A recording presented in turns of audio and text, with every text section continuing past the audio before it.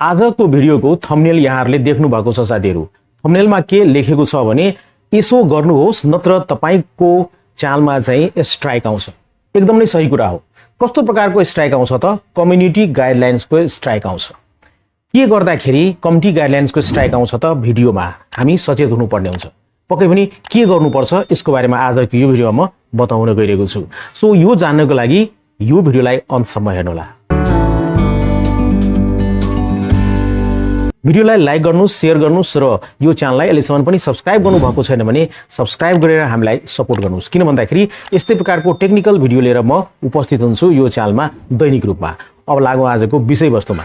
विषयवस्तु रहेको छ कुन यस्तो चीज हामीले आफ्नो च्यानलमा गर्दाखेरि कम्युनिटी गाइडलाइन्सको स्ट्राइक आउँछ। यसमा चाहिँ सम्पूर्ण युट्युबर साथीहरु सचेत हुनुपर्ने हुन्छ है। यदि तपाई नयाँ युट्युबर हुनुहुन्छ अथवा पुरानो युट्युबर हुनुहुन्छ अथवा तपाई युट्युब खोल्ने मुडमा हुनुहुन्छ भने यो नियम चाहिँ जानिराख्नुस् हैन। तपाईले जान्न सक्नुहुन्छ तपाईले धेरै प्रकारको भिडियोहरु बनाउनुहुन्छ आफ्नो युट्युबमा हैन। र भिडियो बनाउँदाखेरि कहिलेकाहीँ के हुन्छ भन्दाखेरि हामीले कुनै फर्म फिलअप गर्न लगाउँछौं अथवा कुनै एप्लिकेसनमा चाहिँ हामी भेरिफाई गर्नको लागि मोबाइल नम्बर दिने गर्छौं, पर्सनल इन्फर्मेसनहरु दिने गर्दछौं है, आफ्नो नाम दिने गर्दछौं।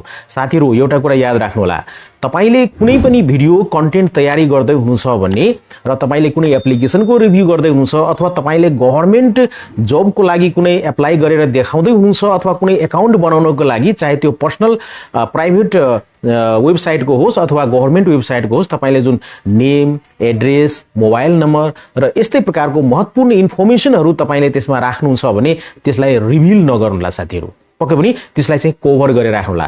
भन्न तपाईले भन्न सक्नुहुन्छ यहाँ तपाईले आफ्नो नाम लेख्नुस्, यहाँ तपाईले आफ्नो एड्रेस लेख्नुस् हैन। तपाईले उदाहरणको रूपमा देखाउन सक्नुहुन्छ तर बोलेर देखाउन सक्नुहुन्छ। तर यदि तपाईले स्क्रिनमा त्यो कुरालाई फ्ल्याश गर्नुभयो भने, त्यो कुरालाई रिभिल गर्नुभयो भने त्यहाँ तपाईको भिडियोमा चाहिँ कम्युनिटी गाइडलाइन्सको स्ट्राइक आउँछ र त्यो भिडियो टेक डाउन गरिनेछ साथीहरु युट्युबको तर्फबाट।